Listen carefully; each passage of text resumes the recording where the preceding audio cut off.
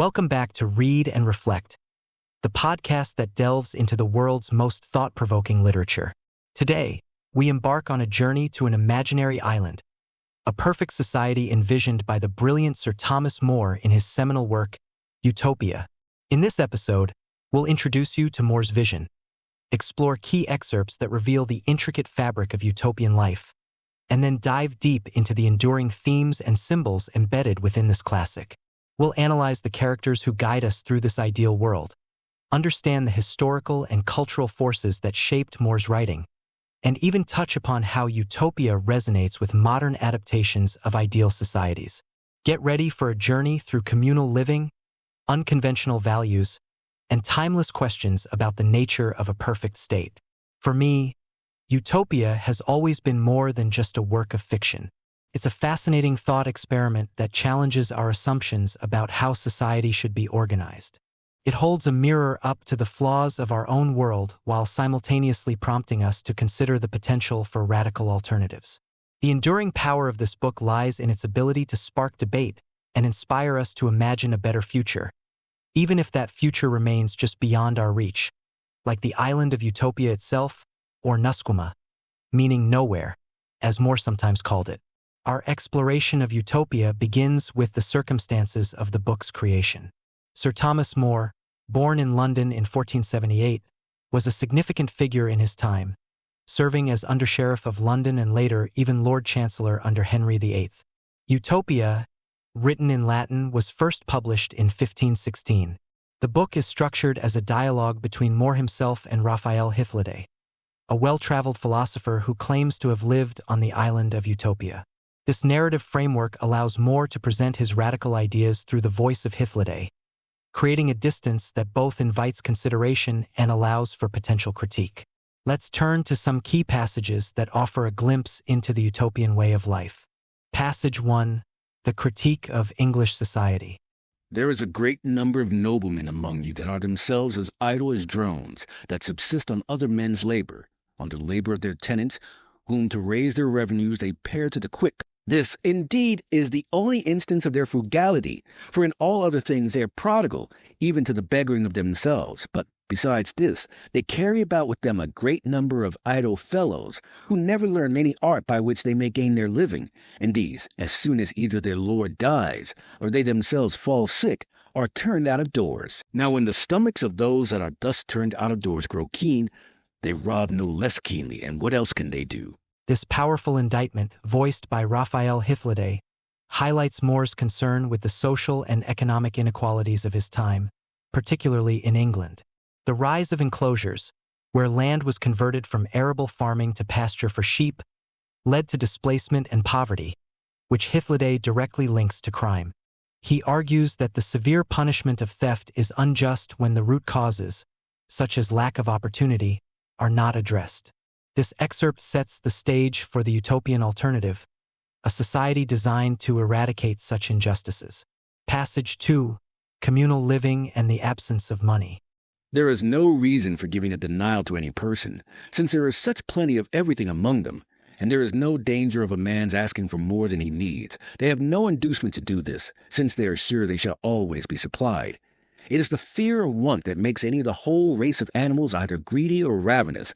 But besides fear, there is in man a pride that makes him fancy it a particular glory to acquire. Utopians, there is no room for this. This passage reveals a cornerstone of utopian society: communal ownership and the absence of private property and money. In Utopia, all goods are held in common, and people take what they need from public stores without exchange. This radical departure from European norms aims to eliminate greed, envy, and the vast disparities in wealth that More critiques earlier. The lack of monetary incentive might seem counterintuitive, but the utopians believe it fosters cooperation and ensures everyone's needs are met. The text explicitly links the desire for access to pride, a vice that Utopia seeks to suppress. Passage 3. The Utopian Philosophy of Pleasure. They reckon that all our actions, and even all our virtues, terminate in pleasure, as in our chief end and greatest happiness, and they call every motion or state, either body or mind, in which nature teaches us to delight, a pleasure. Thus, they cautiously limit pleasure only to those appetites to which nature leads us. For they say that nature leads us only to those delights to which reason, as well as sense, carries us, and by which we neither injure any other person nor lose the possession of greater pleasures, and of such as draw no troubles after them. The utopian understanding of pleasure and happiness is more nuanced than mere hedonism. They believe that true pleasure aligns with nature and reason, encompassing not just sensual delights but also intellectual pursuits, good health, and the well-being of the community. They reject superficial pleasures like the obsession with fine clothes and precious stones, seeing them as based on foolish mistakes. This emphasis on virtuous and communal pleasures contrasts sharply with the individualistic and often exploitative pursuit of wealth and status in European society. Passage 4. The utopian view of gold and jewels. They eat and drink out of vessels of earth or glass, which make an agreeable appearance, though form the brittle materials, while they make their chamber pots and close stools of gold and silver, and that not only in their public halls, but in their private houses. Of the same metals they likewise make chains and fetters for their slaves, to some of which, as a badge of infamy, they hang an earring of gold. And thus they take care by all possible means to render gold and silver of no esteem. This striking image of gold and silver being used for the most base purposes powerfully symbolizes the utopian rejection of their intrinsic value. By associating precious metals with servitude and bodily waste, they invert the European obsession with wealth and status symbols. This deliberate devaluation is a key mechanism in their communal system, eliminating the allure of hoarding and the social hierarchies built upon material possessions. The Animalian ambassadors' misguided attempt to impress the utopians with gold and jewels hilariously underscores this fundamental difference in values. Passage 5. Religious tolerance in Utopia. At the first constitution of their government, Utopus, having understood that before his coming among them the old inhabitants had been engaged in great quarrels concerning religion, after he had subdued them, he made a law that every man might be of what religion he pleased, and might endeavor to draw others to it by the force of argument and by amicable and modest ways, but without bitterness against those of other opinions, but that he ought to use no other force but that of persuasion, and was neither to mix with it reproaches nor violence. In stark contrast to the religious conflicts that plagued Europe, Utopia embraces religious tolerance. The founder, Utopus, established a law guaranteeing freedom of belief, allowing individuals to practice their chosen religion and even proselytize peacefully.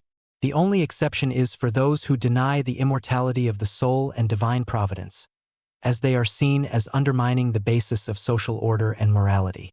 This emphasis on tolerance, born from the recognition of past religious strife, is a remarkably progressive idea for More's time. These excerpts provide a fascinating glimpse into the utopian ideal. Let's delve deeper into the key themes and their analysis. Social justice and inequality. As we saw in Hythlodae's initial critique, Utopia is deeply concerned with the injustices arising from social and economic inequality. The utopian solution of communal ownership is a direct response to the problems of poverty, exploitation, and crime that More observed. The symbolism of shared resources extends beyond mere economics. It represents a fundamental shift in societal values, prioritizing collective well-being over individual accumulation. Today, these themes remain incredibly relevant as we grapple with widening wealth gaps and questions of social responsibility. The utopian model, though perhaps impractical in its entirety, forces us to confront the ethical implications of our own economic systems. Another important theme in Utopia is governance and law. The utopian political system emphasizes reason, deliberation, and the common good. Elected officials, including the suffragants, later philarchs, and tranibers, later archphilarchs, govern with a focus on preventing conspiracy and ensuring decisions are well considered. The simplicity of their laws stands in stark contrast to the complex and often inaccessible legal systems of Europe, which Hythlodae criticizes for enabling the wealthy to manipulate justice.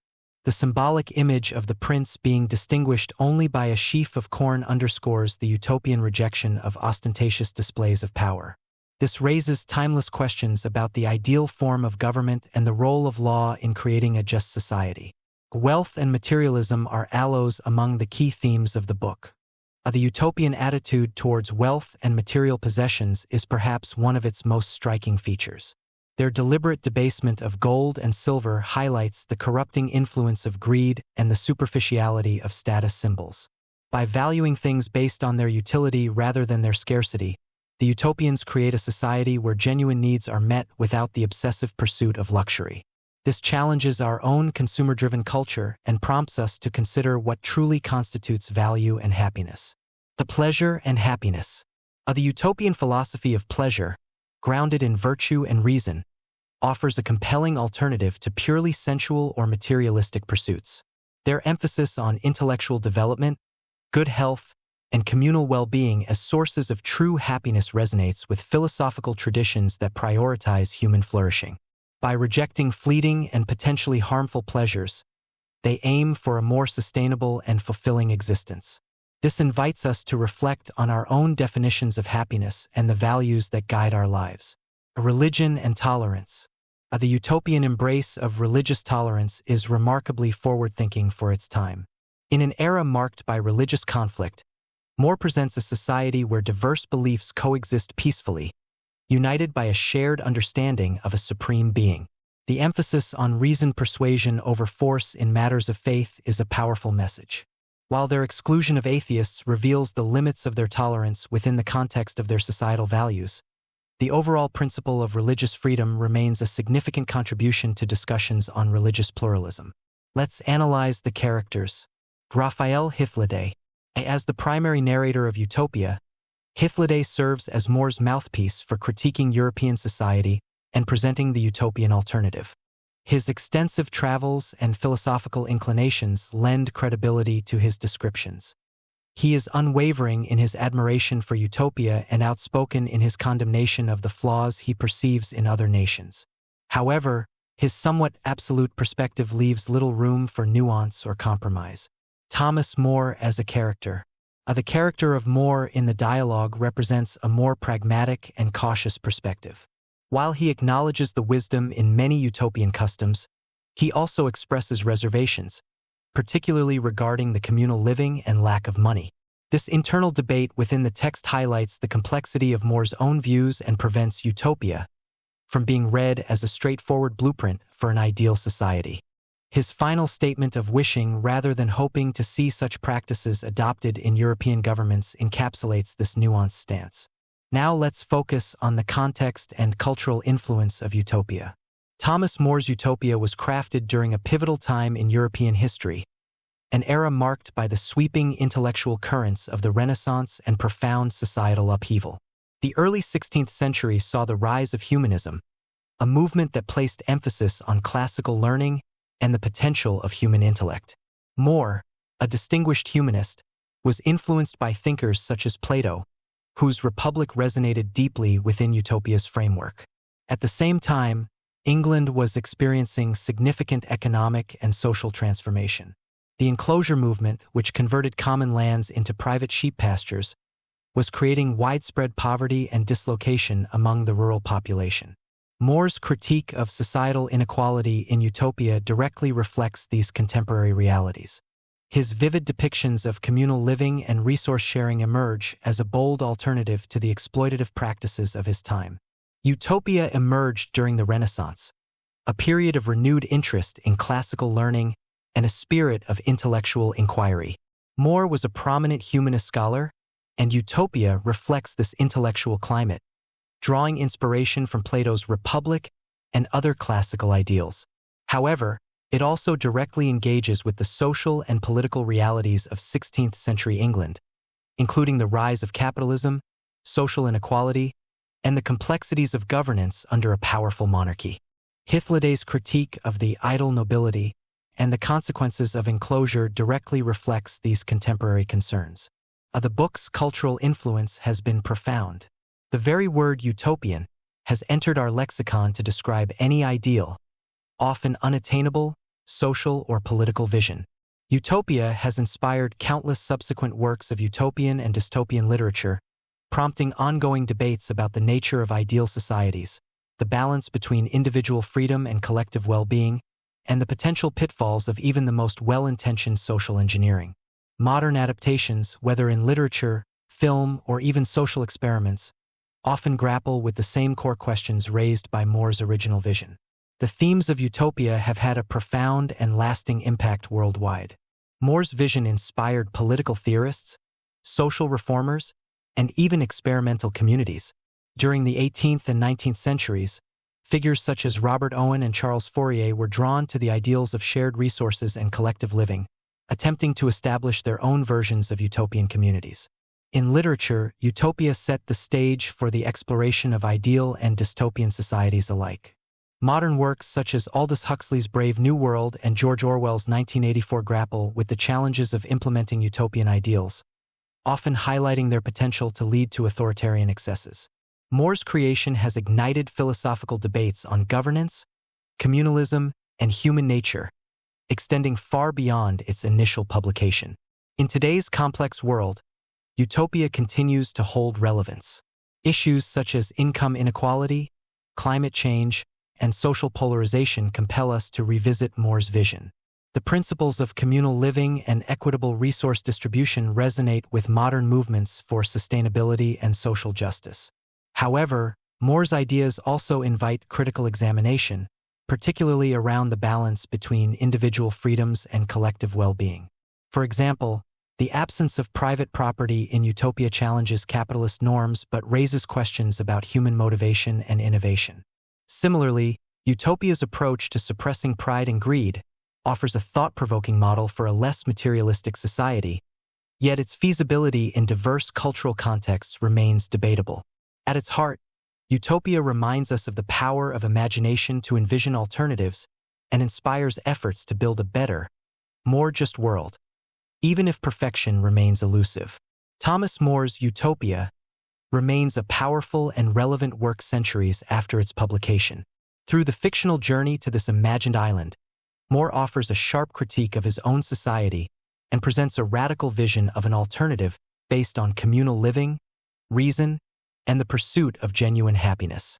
The book's enduring themes of social justice, governance, wealth, pleasure, and tolerance continue to provoke thought and challenge our assumptions about the best way to organize human society. Join us next time on Read and Reflect as we explore another literary landscape that grapples with the complexities of human nature and societal structures. If you enjoyed our exploration of Utopia, please subscribe to Read and Reflect and leave us a rating or review. Share this episode with anyone who loves thought-provoking literature. Thanks for turning the page with us.